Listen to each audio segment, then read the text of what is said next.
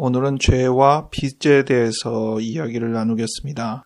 지난 수요일을 기점으로 사순절, 교회력으로 예수님의 일대기 중 특히 예수님의 고난과 죽음 그리고 부활을 묵상하는 40일의 여정이 시작되었습니다. 주일로는 이번 주가 첫 주죠. 주일 성서일과 많은 본문이 죄에 대해서 언급을 하고 있기 때문에 이 죄를 생각하기 위해서 대조가 될 수 있는 한 가지로 대출에 대해서 잠깐 생각을 해보려고요. 상담에서는 죄라는 언급이 별로 없죠. 악이라는 단어를 많이 쓰는데 그릇이라는 단어와 대비되는 입장으로 bad, 나쁨 이런 단어를 쓰긴 합니다. 하지만 죄라는 단어 언급이 많지 않고 죄책감, guilty라는 단어는 많이 언급하는 편인데 왜 그렇게 되는지를 대출의 입장에서 비교해보면 쉽게 이해가 되는 편입니다. 빚을 지면 상환을 하면 되죠. 상환을 하기 전까지는 그 빚에 대한 부담을 갖죠. 상환은 안 하고 감정적인 부담을 줄이는 방법이 부담 해소라고 할 수 있습니다. 반면 상환의 같은 개념일 수는 있는데 내가 해결하는 게 아니라 다른 사람이 해결해 주는 경우 탕감에 대한 부분을 생각할 수 있습니다. 대출을 해준 사람이 변제를 해줄 수도 있고 다른 제3자가 변제를 해줄 수도 있죠. 이것을 죄라는 단어로 치환해서 생각해보면 우리가 죄를 짓죠. 그러면 그 죄를 상환해야 되는데 빚과 달리 죄는 상환을 할 수가 없어요. 대가를 치러야 하는데 성경에 언급한 것에 따르자면 죽음뿐입니다. 이제 그 죄를 지고 처벌을 받기 전까지 어떤 책임이나 문제를 유지하게 되는데 그것을 갈등이라고 말할 수도 있고 죄책감이라고 할 수 있죠.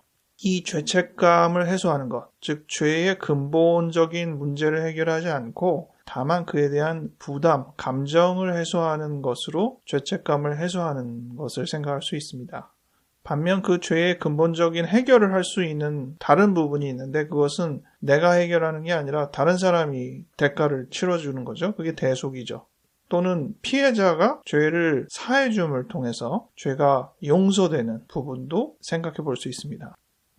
시편 32편은 이런 부분을 생각해 볼 수 있는 구절들이 있는데 죄를 용서받고 허물을 벗은 사람이 복이 된다. 주님께서 죄를 없는 자로 여겨주시는 그 사람이 복되다.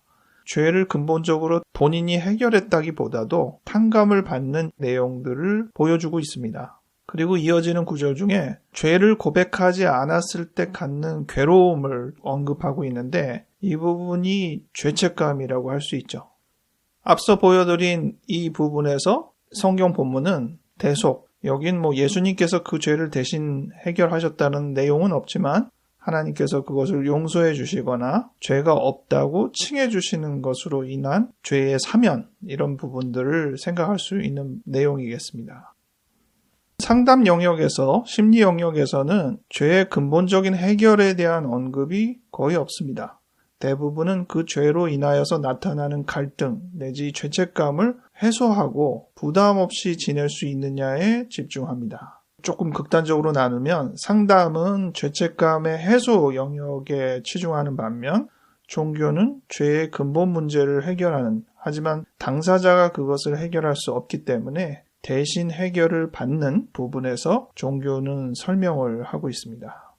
그런데 이 부분에서 고민이 생겨요. 많은 종교가 출발은 이 죄사함, 근본 문제를 해결하는 것처럼 출발을 하는데 점차 상담과 별다르지 않게 나아가는 것이 아니냐. 종교인이 신앙생활을 오래 하면서 죄를 안 짓는 사람이 되느냐? 아니거든요. 그러다 보니까 점차 그 죄를 짊어지면서 죄의 부담만 줄어드는 죄책감 해소에 준하는 해결책을 추구하는 것이 아닌가.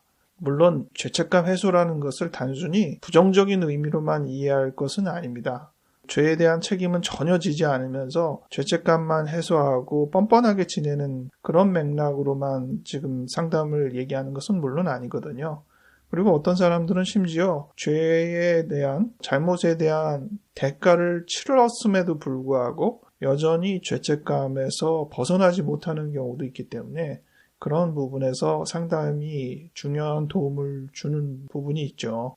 하지만 조금 부정적인 입장에서 보자면 근본 문제를 해결하지 않고 그저 죄책감을 해소하는 부분에서만 치중해서 지내면 그 죄의 핵심은 계속 남아있거나 오히려 커지는 게 아닌가 우려를 생각해 볼 수 있습니다.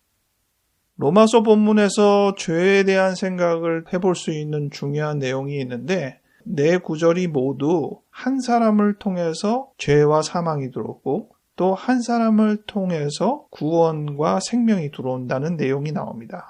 출발이 한 사람으로부터 시작됐다는 거야 누구나 쉽게 이해할 수 있죠. 코로나19 같은 경우에도 한 사람으로부터 출발을 했을 텐데 그것이 전 세계의 많은 사람들을 힘들게 했으니까 그런 파급력에 대한 부분보다도 연대적인 책임이나 유전까지는 아니더라도 지속적으로 내려오는 대물림되는 특성에 대해서 생각을 해보게 됩니다. 부정적인 쪽으로 갈 때도 그렇지만 긍정적인 쪽으로 갈 때도 그렇죠. 그래서 두 영역을 지금 이 로마서에서 다 언급하고 있는데 신앙적인 부분을 조금 벗어나서 이 내용을 다시 해석해 보자면 구조적인 문제에 대한 생각을 해보게 되는 것이죠.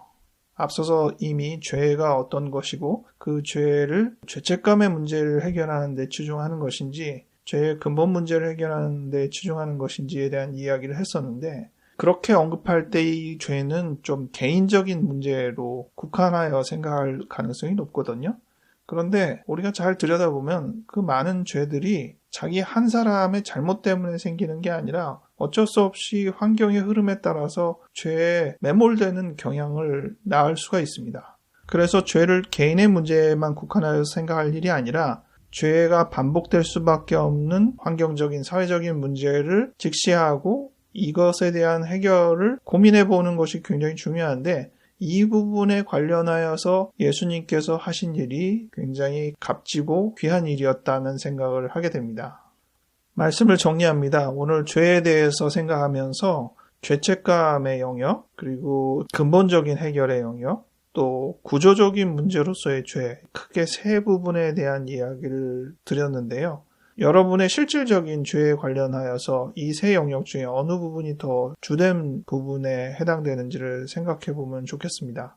어느 하나도 버릴 것이 없죠. 상담과 종교를 지금 극단적인 두 영역으로 나눈 것처럼 보이지만 사실은 겹치잖아요. 우리 모두에게 상담과 종교적인 도움이 모두 필요하다고 볼 수 있고 또 개인적인 문제만이 아니라 구조적인 문제를 생각할 필요가 있습니다. 이 모든 것들의 해결에 본을 보이고 그것으로 인하여 고난당하고 죽기까지 우리를 위해서 희생하셨던 예수님의 생애를 이번 40일의 기간 동안 충분히 더 묵상할 수 있는 기회가 되기 바랍니다. 사순절은 봄을 알리는 시기이기 때문에 봄을 맞이하는 이 시기에 주님의 그 숭고한 희생에 가까이 나아갈 수 있기 바랍니다. 기도하겠습니다. 하나님 아버지, 서서히 날씨가 풀려가고 있습니다. 우리의 움츠렸던 마음도 서서히 풀려갈 수 있는 시간을 허락하여 주시옵소서. 죄에 얽매여서 활기차게 보내지 못한 부분이 있다면 주님 앞에 우리의 죄를 고백하고 우리의 죄의 근본적인 부분을 해결받는 중요한 기회가 되게 도와주시옵소서. 우리 주변에 죄에 의해서 힘들어하는 사람들, 죄책감을 짊어지고 괴로워하는 사람들, 구조적인 문제로 인하여 죄를 벗어나지 못하는 모든 사람들에게 관심 가질 수 있도록 주님 이끌어 주시옵소서. 보다 뜻깊은 사순절이 될 수 있도록 주님 돌보아 주시옵소서. 감사하고 예수님 이름으로 기도하였습니다. 아멘.